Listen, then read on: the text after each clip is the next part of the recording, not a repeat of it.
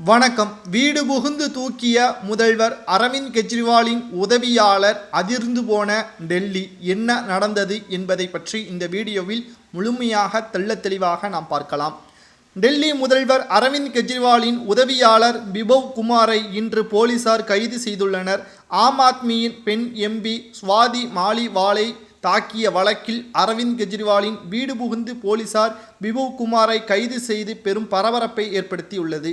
டெல்லியில் ஆம் ஆத்மி கட்சியின் ஆட்சி நடக்கிறது. அந்த கட்சியின் ஒருங்கிணைப்பாளராக அரவிந்த் கெஜ்ரிவால் முதல்வராக உள்ளார். இந்த நிலையில்தான் டெல்லி மகளிர் ஆணைய தலைவியாக இருந்தவர் சுவாதி மாலிவால்.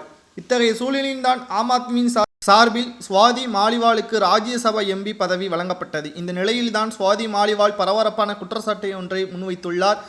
முதல்வர் அரவிந்த் கெஜ்ரிவாலின் வீட்டிற்கு சென்றபொழுது அவரது தனிச்செயலாளர் அதாவது உதவியாளர் பிபவ் குமாரை தாக்கியதாகவும் வயிற்றில் எட்டி உதைத்ததாகவும் குற்றம் சாட்டியுள்ளார். அவர் தன்னை துன்புறுத்தியதாகவும் தற்பொழுது குற்றம் சாட்டியுள்ளதோடு மட்டுமல்லாமல் அதோடு மாதவிடாய் நாள் என கூறிய பொழுதும் அவர் தாக்குதலை நிறுத்தவில்லை என்றும் தற்பொழுது மனித உரிமையை மீறும் விதமாக அவர் செயல்பட்டதாகவும் வழக்கு ஒன்றை செய்துள்ளார்.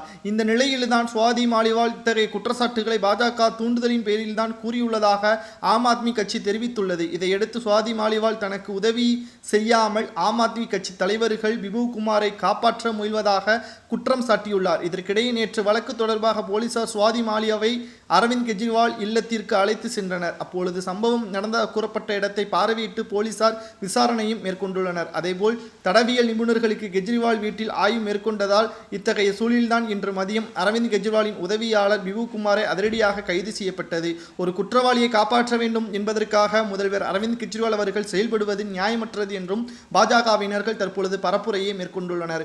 ஒரு பெண் என்று கூட பார்க்காமல் அவரை வயிற்றில் ஏற்றி காயமடைக்க வைத்து மிக பெரிய அளவில் சர்ச்சை ஏற்படுத்திய அரவிந்த் கெஜ்ரிவால் அவர்களது உதவியாளரை உடனடியாக கைது செய்த உள்ள காவல்துறையினருக்கு பாராட்டுகளையும் தற்பொழுது பாஜகவினர்கள் தெரிவித்துள்ளனர். தற்பொழுது இதை பெரிதுபடுத்த வேண்டாம் என்று அரவிந்த் கெஜ்ரிவால் அவர்கள் கூறியுள்ளதாகவும் செய்திகள் வெளியாகி இருக்கிறது.